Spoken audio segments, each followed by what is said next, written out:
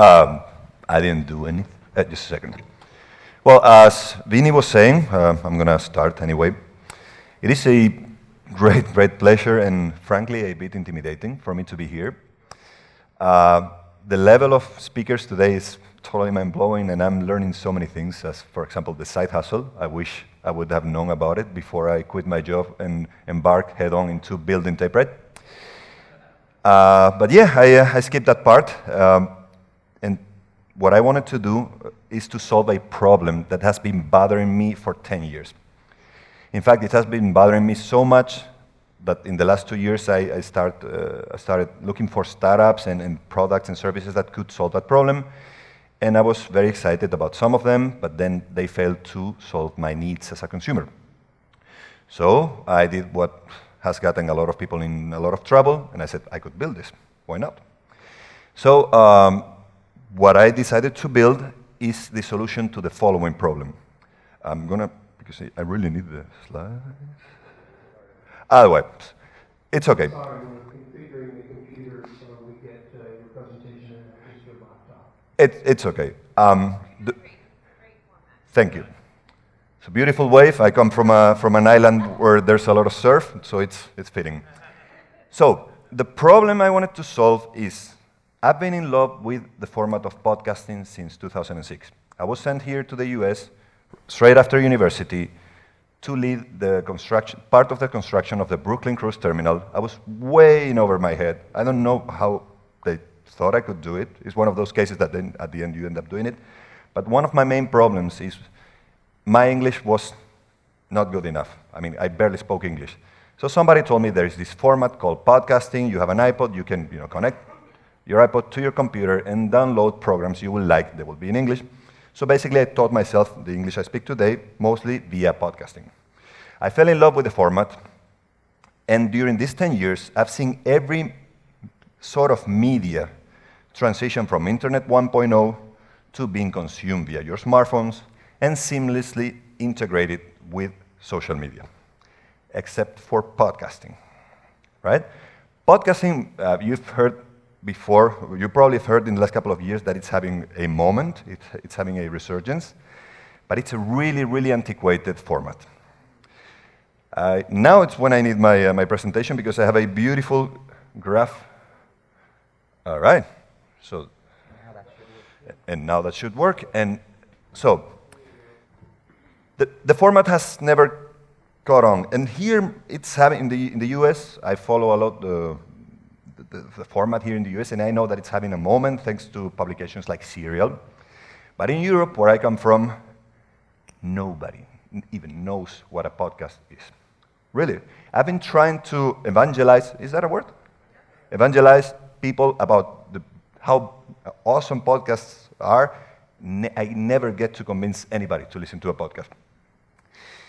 And it's not because people don't have smartphones. In fact, in Europe, everyone and their mother has smartphones. We don't even have a word for feature phones, because phones are smartphones, that's it. People consume their video via YouTube or Netflix or an equivalent. But when it comes to spoken audio, people still listen to FM radio. In fact, I was totally blown away when I saw the statistics of last year. 63% of people, including 62% of millennials, still listen to FM radio every day. That is 270 million smartphone-carrying souls who listen to spoken audio as if the internet had never been invented. In fact, I'm a mechanical engineer, so I like precise numbers, and it bothers me that I need to say less than 5% ever listen to podcasts, but the thing is that I can't even find statistics. I know that in Germany it's 4%, but when I look for the official studies in Spain, by the way, Spain is the second country in the world in smartphone penetration, 81% is crazy. You have like 90-page studies of all kinds of media. Podcasting is not even mentioned there. So how do you solve this? Why do you think is this? Why do you think that every possible format is consumed via your smartphone, normally accessed from social media except podcasting? Does somebody have an idea? Why is that? What? Yes. So it's a visual, it's a non-visual format that normally, actually that's the beauty of it, and that it goes straight to your brain. It doesn't go through your screen. But it's not live. YouTube is not live either. Radio is it also is not on your screen. So there's something there. Why podcasting? What? That's not, well, I don't know here, but in Europe, for the last maybe 3-4 years, every car over 9,000 euros, which is like 10,000 bucks, will have a Bluetooth connection. Like, and people and data plans there have become so cheap, and they're starting to bundle content. So with my data plan, I have Netflix and Spotify. So people are used to, they already are used to connecting their cars to their smartphones. So that's not the problem. The problem is that podcasting as a delivery system sucks. But really badly. And now this doesn't work. Oh, yeah, sorry. No. I'm ruining the surprise here. All right. This is how podcasting works. You're a publisher, you create your MP3, you go to a website, you host the MP3 there, then you get something which is called an RSS feed that you need to send to iTunes, Google Play, Castro, Overcast, a multitude of apps. We all know that there is an overinflation of apps. We have too many apps. So if you're a podcaster, imagine that you're this guy, what was the boat thing for killing ducks? The duck boat. If you're the duck boat guy, don't laugh. You would be surprised how many people like weird things. The internet is really big. So let's say that there are 10,000 people in the world who like those boats. If you want to make a podcast out of it, so you need to find yourself a host, pay for hosting content, which is ridiculous, spread your content among a multitude of apps, and then hope that the people who like those boats are going to find out about you, and there goes your networking effect, because they're going to be spread among many apps. If they want to react to something you say, you hope that they know your Twitter handle, and if they want to know something more, like where do I buy this plywood that you're using, you mentioned some website, they hope that you have taken the time to update your blog, so they need to find your blog, and you see how, think about how you publish video. Have you ever published a video on the internet? What do you use? Does it look like anything like this? No. All right. So, the distribution system sucks. On top of that, what you said, spoken audio is a really, really beautiful format because it goes straight to your brains, not through a screen. And when you're listening to a podcast, the content is not competing for attention with notifications or somebody bothering you on WhatsApp, blah, blah, blah. You normally listen to spoken audio when your body's busy and your mind is free. So it's a format that allows for concentration and for consumption of long format content, right? When you produce audio, you cannot make it sound like attractive, applying filters like you would do with pictures. You cannot beautify it. Not everybody sounds good on tape, and there's no way to avoid it. There are apps now that allow you to record two-minute clips. There's one really beautiful app called Anchor. The app is great, the content sucks, because not everybody sounds good on tape. Also, a podcast, let's say a 20-minute podcast, when it comes to social media, it's like a black box. You don't know what's inside. Normally, there are a lot of pieces of information that it's really difficult to preview, right? In fact, a good podcast, this is a good one, huh? I was hoping you would read it. So, a good podcast is more like, come on, like this. Have you ever watched House of Cards or Breaking Bad? Why did you decide to watch those series instead of anything else on Netflix? Everyone was talking about it. It hasn't changed since the 90s or the 80s. I remember being a kid. My parents were very strict with the kind of television I could watch. I would go every day to school, and there was this series called Twin Peaks everybody was talking about, and I was like saying, yeah, and I had no clue what they were talking about. I wanted to watch it because everybody else was watching it. In order to make podcasting popular, you need to encourage and facilitate people talking about it. So it will make you want to listen, because there is no practical way to preview a podcast. Taking a 20 seconds bit of a podcast is like going to House of Cards, taking 20 seconds and putting it on Facebook. You don't have the context. There's a reason why people pay directors a lot of money to take a movie and make a 30 seconds or 45 seconds clip, okay? So the conclusion that I came to is that if you want to make spoken audio 2016 internet friendly, you need to start from scratch. You need to create a new platform that makes it really easy to publish. You need to make a format that is social media friendly. There is a third problem that you have to solve. Producing a podcast, a good podcast, is more expensive, it takes much more work than, for example, producing a blog post. It's closer to producing a TV series episode. So in order for good content to thrive, you need to make sure that content producers get paid. So whatever solution is the right solution for this format, it has to involve some kind of monetization. So we tried very ambitiously to solve all these three problems in one platform. In fact, if you want to go to TapeWrite.com with your mobiles, you will see it's better explained when you see it. So the platform, there's no need to reinvent the wheel.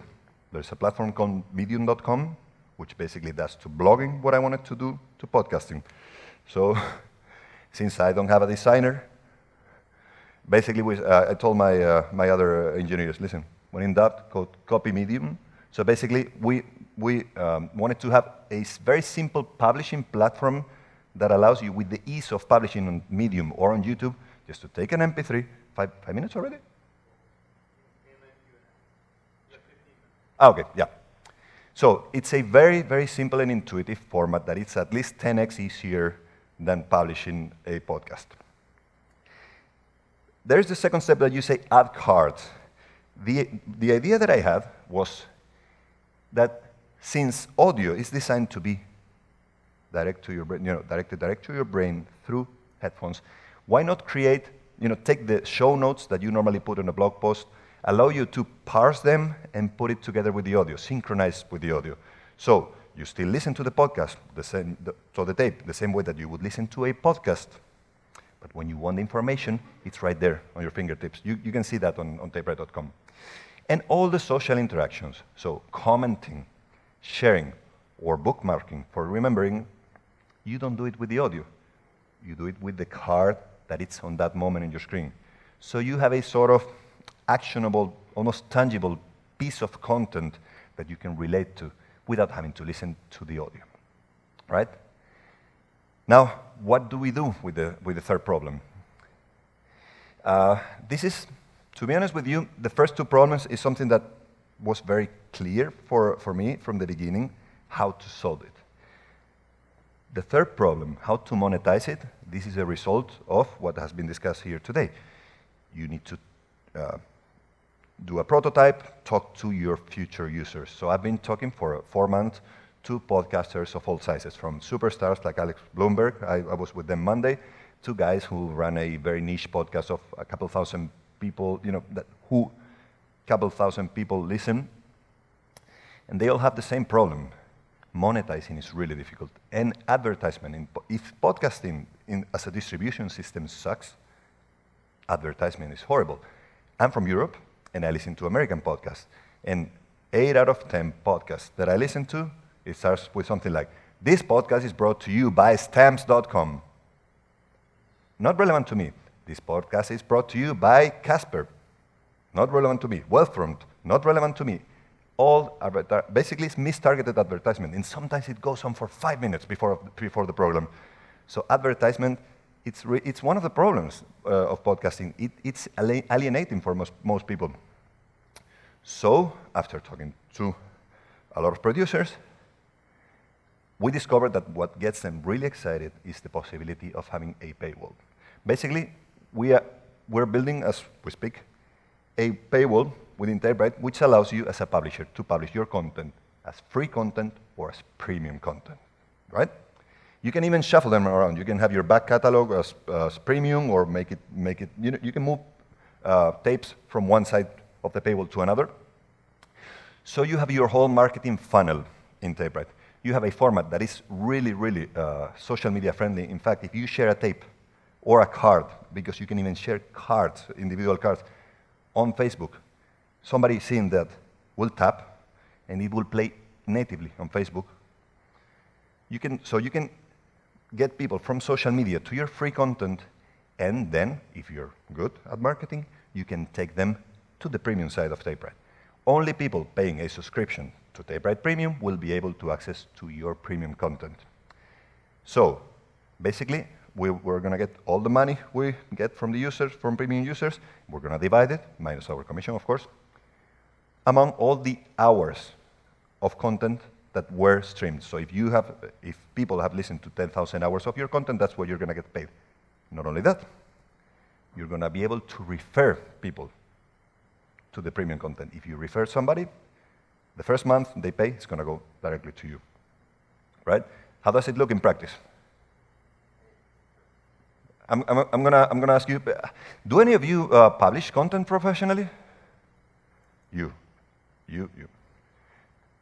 One of you knows the answer to this, so don't spoil it. Let's say that you're a medium-sized publisher. So in a given month, you work your marketing funnel, you refer 2,000 people to TapeWrite Premium, and in that month, 10,000 people listen to 2 hours of your content on average. So 20,000 hours of your content, of your premium content, is streamed via TapeWrite. How much do you think you should make that month from us? Can somebody say, how much would you like to make that month? 10 grand. 9,000. That's what you can make from that. To make 9,000 bucks a month with a podcast, good luck. So, because the CPMs are higher than any other medium, but still you have to be able to sell advertisement. So this is basically what we're offering publishers, and they get really excited about it. So that's why we decided that the paywall is the way to go. Yeah, basically this is what we have built. I encourage you to try TapeWrite. Also try it on desktop, because on desktop it has a lot more features. You can follow people. You can see what tapes they like, what tapes they comment. You have notifications. So it's it's basically medium.com for your ears. Yeah, this is a bit more data. It's a great pleasure to be here. It's really a blast. And I'm still wrapping my mind around the fact that I wrote a Medium post. There was this Vinny Tafuro guy who said, oh, this is a great idea. We started chatting, and here I am. I flew over the Atlantic to present this. We're just launched. Basically, we're raising our seed round. So if you know any angel investor who's interested in this sector, send them to me. And now I would like to take some questions, if there are any. That's a great question, and I didn't want to nerd out, but now that you gave me the opportunity, I'm going to. So, RSS indication only counts downloads. So if it happens to me a lot of times that I have automatic download of episodes, and I have 15 episodes of, let's say, Tim Ferriss, and I delete 14 and listen to 1. The advertisers of Tim Ferriss think that I have listened 15 episodes. I have not. I have listened to 1. We're making a mark every minute. We could do it every second, but then, yeah, I need money for the servers. So we're making a mark every minute somebody listens to something. So I know at least what country are you in. If you have location enabled, I can even know if you're commuting from Tampa to St. Petersburg. I know where are you coming from. So we have at least 2 degrees of magnitude better statistics than podcasting. And this is something that we are going to share with publishers. The European Commission would fry me if I would give you individual data. They're really strict with privacy. But I will give you, as a publisher, aggregated data as granular as I get it. And we get it really granular. Well, in the premium side, there's not going to be any advertisement allowed, because, people are already paying for content, so it would be gross to have ads. I'm still having an internal debate what to do with advertisement in the free part. I would like to not have any advertisement because I don't like it. So.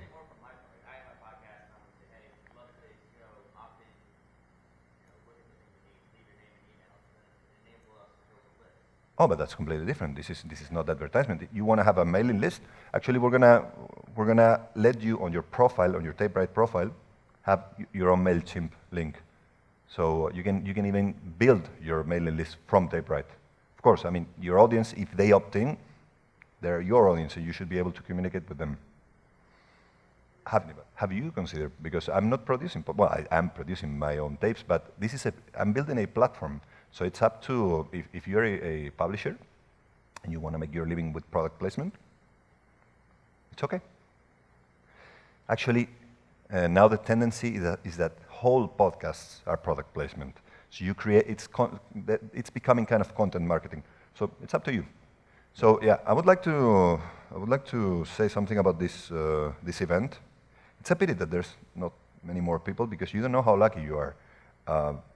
I would kill to have this kind of event back there in Europe. The quality of presenters has been mind-blowing. I've learned so much today.